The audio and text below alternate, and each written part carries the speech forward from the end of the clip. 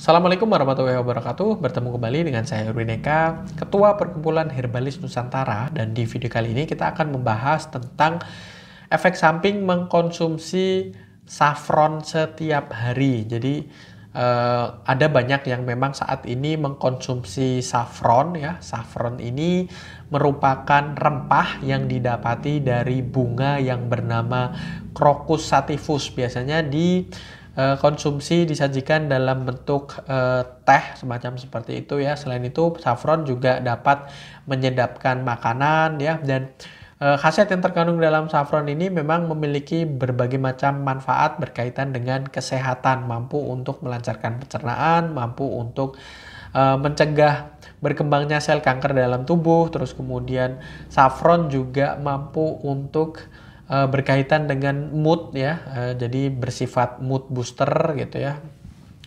karena senyawa yang terkandung di dalamnya memiliki sifat yang berkaitan dengan sel saraf ya. Terus kemudian saffron juga mampu untuk menjaga berat badan ideal. Bagi mereka yang mengkonsumsi saffron, mampu untuk mencegah kebiasaan misalnya ngemil atau memasukkan kalori ke dalam tubuh. Terus kemudian juga berkaitan dengan sistem kinerja jantung ya, atau kardiovaskular juga sangat bagus. Terus kemudian mampu menjaga kadar lemak dalam darah ya, dan juga mengontrol kadar gula dalam darah, dan memiliki efek untuk menurunkan rasa nyeri misalnya ya, saat menstruasi dan lain sebagainya. Terus kemudian mengandung antiinflamasi atau anti peradangan dan lain sebagainya. Nah, saffron sendiri ya aman ya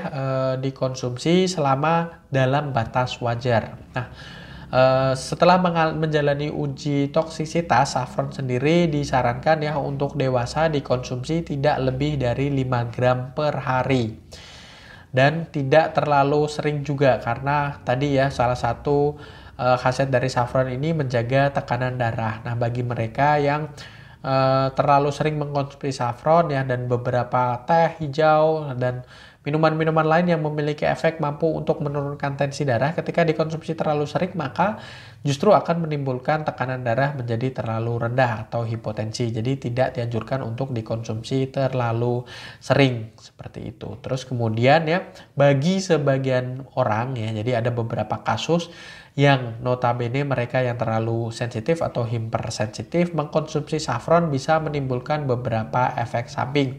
Ada yang misalnya ya, ketika mengkonsumsi saffron tersebut justru kepalanya pusing, berkunang-kunang atau lemas atau demam dan lain sebagainya. Nah, karena tadi ya memiliki khasiat-khasiat yang saya sebutkan. Misalnya bagi mereka yang memang mengalami kondisi hipotensi atau tekanan darah rendah, sementara saffron ini mampu menurunkan tensinya, tapi biasanya tidak langsung terjadi. Mungkin bagi mereka yang terlalu sensitif atau darahnya memang terlalu rendah sekali, bisa terjadi kondisi semacam seperti itu. Dan juga seperti saya bilang tadi ya, saffron ini juga ketika dikonsumsi gitu ya, menjangkau sistem saraf yang ada di dalam tubuh kita. Jadi beberapa kasus bagi mereka yang mengalami permasalahan berkaitan dengan sel saraf begitu ya, mereka yang selama ini mengkonsumsi secara rutin vitamin neurotropik ya, jadi ada masalah yang berkaitan dengan saraf, maka akan menimbulkan